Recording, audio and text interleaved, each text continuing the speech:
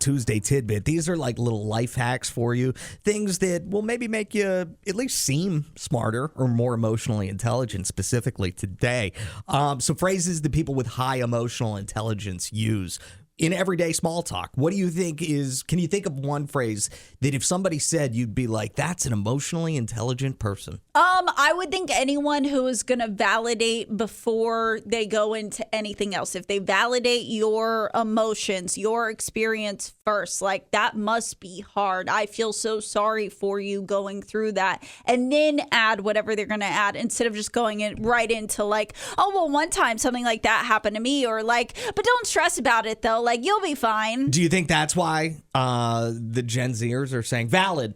Is that to validate people and make people think they're emotionally intelligent? Valid is not on the list, by the way. But one that is, it sounds like this is really important to you. Yeah, okay. Yeah? I could see that. Your eyes light up when you talk about this. I mean, I don't know. You wouldn't feel like there's a emotionally wise person. I would be too worried that they'd be hitting on me. Oh, like, really? why are you looking at my eyes? That's weird. How about this one? I love the way you worded that question. It's so unexpected. That sounds condescending to me. Like, am I dumb for the way I worded the question? Like, oh, it's so unique the way you worded that question. Oh, my goodness. I would have never thought of that. You're crazy. Here's one that I could learn from. I never looked at it that way. That works as long as you genuinely mean it, and it's not just to dismiss the other person, but to genuinely say, okay, I understand you have a different experience in life, so you have a different perspective, and I can be open to that. Phrases to make you seem more emotionally smart in small talk. I can't imagine saying this in small talk, but it says, this is a good one. Who is someone on your team that's doing something worth celebrating? I think that's good because it gets you to look at others outside of yourself. I see. And can we slow that part down? I don't want to miss it. I think there are other ways that you could say that without it sounding so uncomfortable. I will say I have never wished somebody would talk slower.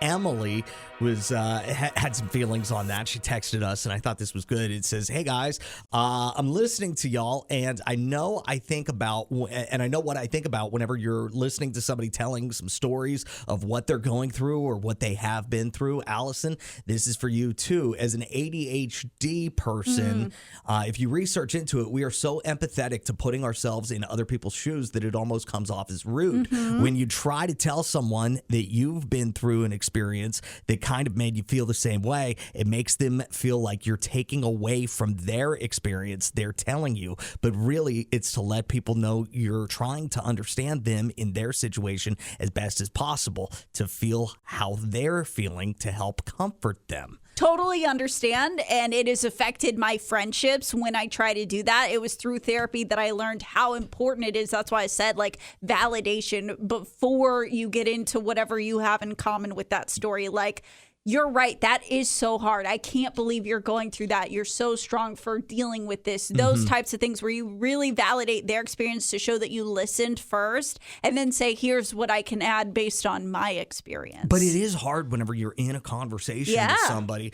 And I mean, not even something as difficult as like going through a hard time or something. If you're just having a conversation, sometimes if you think of something that happened in your life that relates to what the other person is saying, it comes off as being a one-upper. And it's like, I'm not trying to one-up. I'm just trying to relate to you. Like, I've got something to say too. Your story made me think of my story, and now I want to tell my story. But people don't always appreciate that. Well, and that's why you do see a lot of times neurodivergent people stick together and neurotypical people stick together. Like, typically if one person in the friend group is ADHD, everybody's ADHD. Like, it's just kind of one of those things because we speak the same language. Our brains think more similarly. We don't see that as one-upping. We're like, oh my gosh, that's relatable. I have another story. I have another story. Whereas in the neurotypical community, it's like, oh my gosh, you're one-upping me. You're not listening. There is such a fine line, though, because we've all been in conversations with a one-upper. Yes. And it's like I used to work with a guy.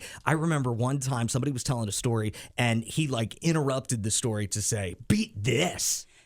That's the difference. There you go. That's the difference. We figured it out. Adam and Allison in the morning.